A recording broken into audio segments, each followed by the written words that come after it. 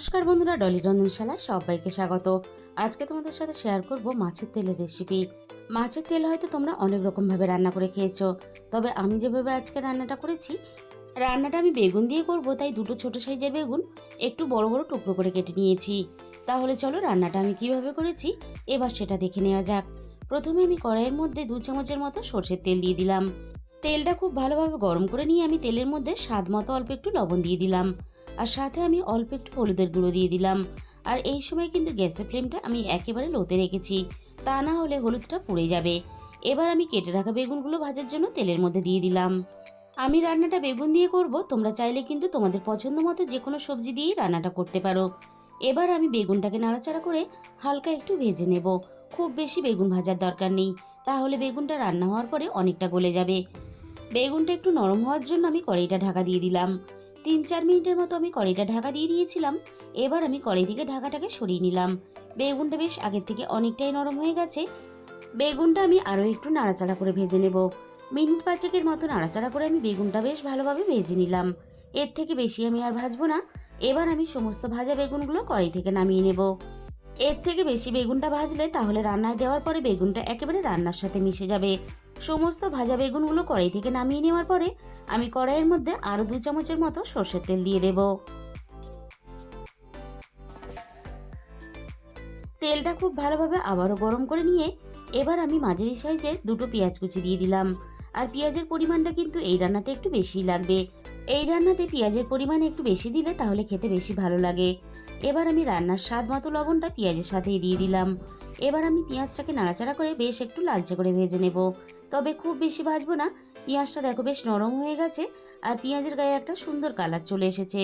এর থেকে আর বেশি আমি পেঁয়াজটা ভাজবো না। আর 10 কোয়ার মতো রসুন আমি আগে থেকেই থেতো করে রেখেছিলাম। এবার আমি থেতো করা রসুনটাকে দিয়ে দিলাম পেঁয়াজের সাথে। আর এই রান্নাতে কিন্তু রসুনটা থেতো করেই দিতে হবে, আর রসুনের পরিমাণটা কিন্তু একটু বেশি দিতে হবে। রসুনটাকে আমি খুব বেশি ভাজবো না, একটু কাঁচা ভাব রেখে আমি রসুনটাকে ভেজে নেব। রসুন যদি খুব বেশি ভাজা হয়ে যায় তাহলে রান্নার ফ্লেভারটা খুব ভালো আসবে না। আমি রসুনটাকে মিনিট 2 মতো নাড়াচাড়া করে ভেজে নিয়েছি। এবার আমি একে একে রান্নার গুঁড়ো মশলাগুলো দিয়ে দেব। প্রথমে আমি দিয়ে দিলাম প্রয়োজন মতো হলুদের গুঁড়ো, আর দিয়ে দিলাম হাফ চামচের একটু কম ধনে গুঁড়ো। এবার আমি দিয়ে দেব ঝালের জন্য হাফ চামচ লঙ্কার গুঁড়ো, আর ঝালের পরিমাণটা অবশ্যই কিন্তু নিজেদের স্বাদ মতো ব্যবহার করবে। সব শেষে আমি হাফ চামচের একটু কম গরম মশলার গুঁড়ো দিয়ে দিলাম। মশলাটা যাতে পুড়ে না যায় তার জন্য আমি অল্প একটু জল দিয়ে দিলাম। এবার আমি পেঁয়াজের সাথে মশলাটা নাড়াচাড়া করে বেশ ভালোভাবে কষিয়ে নেব। আর রান্নার মধ্যে যে এক্সট্রা আমি জলটা ব্যবহার করেছি সেটাও আমি কষানোর সাথে সাথে টানিয়ে নেব।